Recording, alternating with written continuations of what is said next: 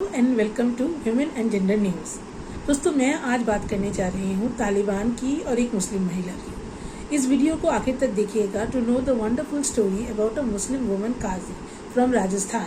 तालिबान से लगातार खबरें आ रही है कि किस तरह से उन्होंने महिलाओं के अधिकारों को पूरी तरह से कुचल दिया है।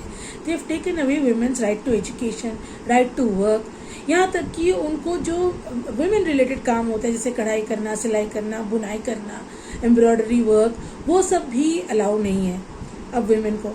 उसी सीरीज में अब लेटेस्ट ये है कि उनको पब्लिक पार्क में भी जाने नहीं देना है। वही दूसरी तरफ हम इंडिया में आते हैं तो देखते हैं, मिलते हैं एक मुस्लिम महिलाओं से। आप लोग जानते ही होंगे दैट मौलाना काजी जो है वो ज्यादातर पुरुष होते हैं, लेकिन टाइम्स ऑफ इंडिया में अभी एक बहुत ही बेहतरीन रिपोर्ट आया। ये रिपोर्ट हिमांशी धवन का है, जिसमें इन्होंने हिंदुस्तान की कुछ गिने चुने मुस्लिम विमेन काजी के बारे में उन्होंने लिखा है। तो आइए मिलते हैं निशात हुसैन से। निशात राजस्थान की रहने वाली है, जयपुर में रहती है। वो महिलाओं का निकाह और तलाक और जो घरेलू डिस्प्यूट होते हैं उस पर उनको सपोर्ट करती है। उन्होंने पूरी जो मुस्लिम रिलीजियस टेक्स्ट है कुरान की, उन्होंने पूरी ट्रेनिंग ली है।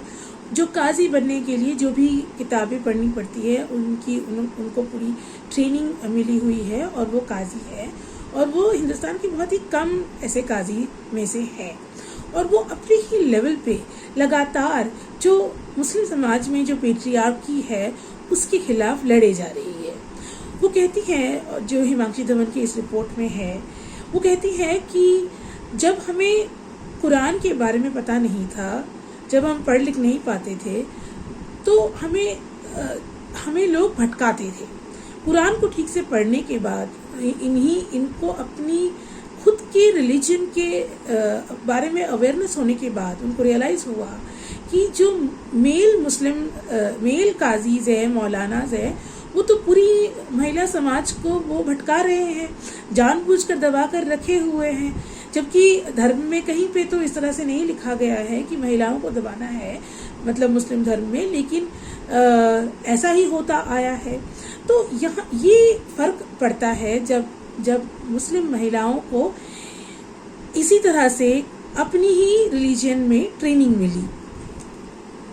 जब आप निशात की जिंदगी को फॉलो करते हैं, ये जो स्टोरी था उस स्टोरी का टाइटल था a day in the life of a Muslim woman Qazi.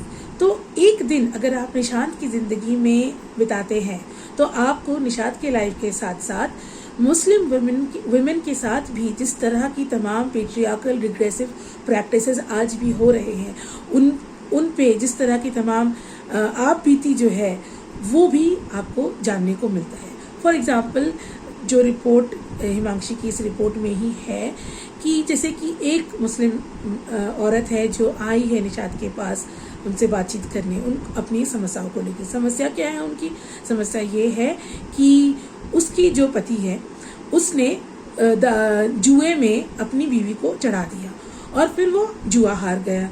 तो जुआ हारने के बाद वो अपनी पत्नी को खुद ही जुए में हार के उसने क्या किया, अपनी पत्नी को के ड्रिंक्स में कुछ मिला दिया और उसको बेहोश कर दिया, उसको कुछ टाइप का कुछ दे दिया और उसको किसी और गैर मर्द के साथ सेक्स करने में मजबूर कर दिया। He created a situation where she had to had sex with another man because he lost her in a bet. And when she objected, when the thing came out to light, when she came to her senses, when she objected to it, he started saying कि no, ये तो मैंने इसको तलाक दे दिया था और उसके बाद ये निकाह हलाला हो रहा है। तो इस तरह की उसने एक्सक्यूजेस बनाए। लेकिन इस मामले में फिर सामने आई यही हमारी निशात हुसैन जो मुस्लिम महिला काजी हैं और उन्होंने इसके खिलाफ पुलिस में FIR दर्ज करवाया इस आदमी के खिलाफ और लगातार परसिस्टेंटली वो फॉलो अप करती रही, पुलिस स्टेशन में आती जाती रही और जाकर के फिर ये आदमी गिरफ्तार हुआ। निशात ये भी बताती है कि ट्रिपल तलाक जो है वो गैर कानूनी डिक्लेयर कर दिया गया है, उसको बैन कर दिया गया है, लेकिन अब भी कई सारे लोग इसको यूज कर रहे हैं मुस्लिम कम्युनिटीज में। ये बार बार बोला जाता है कि जो मुस्लिम समाज को के बारे में अगर हम बात करते हैं तो हम उनकी फेथ को अटैक कर रहे हैं। अगर हम यूनिफॉर्म सिविल कोड की बात करते हैं तो ऐसा लगता है कि ये इस्लामोफोबिया हो रहा है और हम माइनॉरिटीज की फेथ को अटैक कर रहे हैं। ये डर तो मैं मानती हूँ कि जाहिर है, क्योंकि मतलब इट्स अ वैलिड कंसर्न, क्योंकि हमारे देश में जिस तरह से हिंदुत्व का एक डोमिनेंसी बनता जा रहा है, जिस तरह से लगातार ये कोशिश करी जा रही है कि ये हिंदू राष्ट्र ही बनेगा और इसका पूरा आइडेंटिटी जो है वो हिंदू होगा, तो वहाँ पे माइनॉरिटीज को ये डर तो लगा ही रहता है कि हमारा आइडेंटिटी का क्या होगा, हमारे कस्टम्स, ट्रेडिशंस, कल्चर का क्या होगा। लेकिन इसका मतलब ये नहीं है कि आपको मुस्लिम वुमेन की आपकी जो कल्चर और ट्रेडिशंस हैं वो महिलाओं को पेनलाइज करके या महिलाओं को दबाकर ही आप उनको जारी कर पाएं। ये कोई बात नहीं है। ये कोई बात नहीं है कि मुस्लिम कल्चर खत्म हो जाएगा अगर महिलाएं बुर्का नहीं पहनेंगी, या मुस्लिम कल्चर खत्म हो जाएगा अगर मर्दों को ट्रिपल तलाक देने का हक नहीं रहेगा या बहुत सारी शादियां करने का हक नहीं रहेगा। तो कल्चर सिर्फ क्या इसी मामलों तक सीमित है, ये हमें सोचना है। तो एक तरफ ये डर भी है कि हिंदुत्व ग्रुप्स जो हैं वो मुस्लिम को प्रोसिक्यूट भी कर रहे हैं, मुसलमानों में एक डर भी है अपने धर्म को लेकर। लेकिन साथ ही हम देखते हैं कि वुमेन लाइक निशात हुसैन जो मुस्लिम काजी है वो अपने धर्म से कहीं पीछे नहीं हटी है। वो she is totally steadfast on her faith of Islam. However, she is still fighting patriarchy within her community.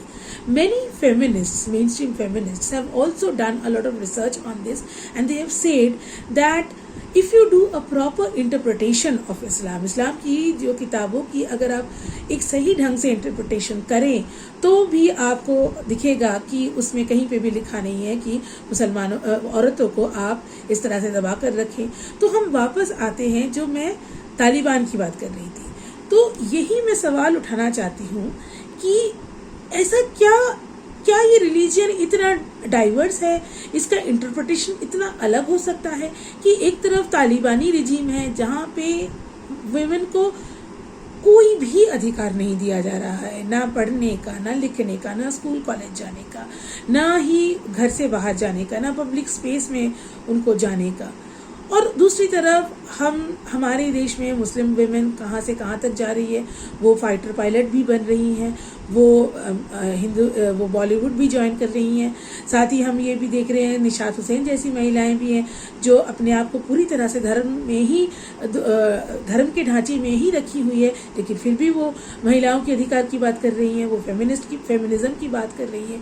तो ये क्या कंफ्यूजन है। और आखिरी में मेरा ये सवाल है कि तो क्या हमें नहीं एस्पायर करना चाहिए कि हमारी इंडिया की सारी मुसलमान जो होंगे वो प्रोग्रेसिव मुस्लिम्स होंगे? क्या हमें कल्चर के नाम पे रिग्रेसिव प्रैक्टिसेस को पकड़ के रखना है और तभी क्या कल्चर बचेगा? ये मेरा सवाल है। तो thank you for seeing this. I hope you enjoy this video on conversations on Taliban and Muslim women in our country. Please like, share and subscribe. Thank you.